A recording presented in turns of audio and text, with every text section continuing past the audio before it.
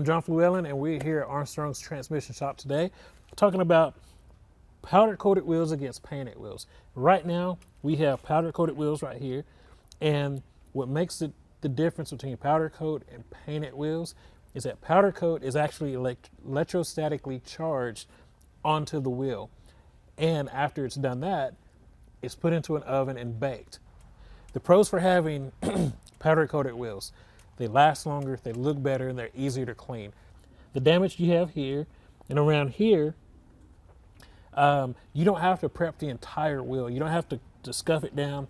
All you have to do is make sure the wheel's clean and to just take it in, have it repowder coated.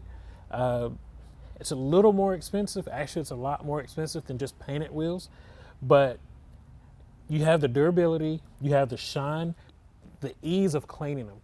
The disadvantage is the price. If you have to have a wheel powder coated, you have to have the wheel broken down, you have to send it in or take it somewhere where they take the tire off and they have to re-prep the entire wheel, and you may be out 2, 3, maybe 4 days.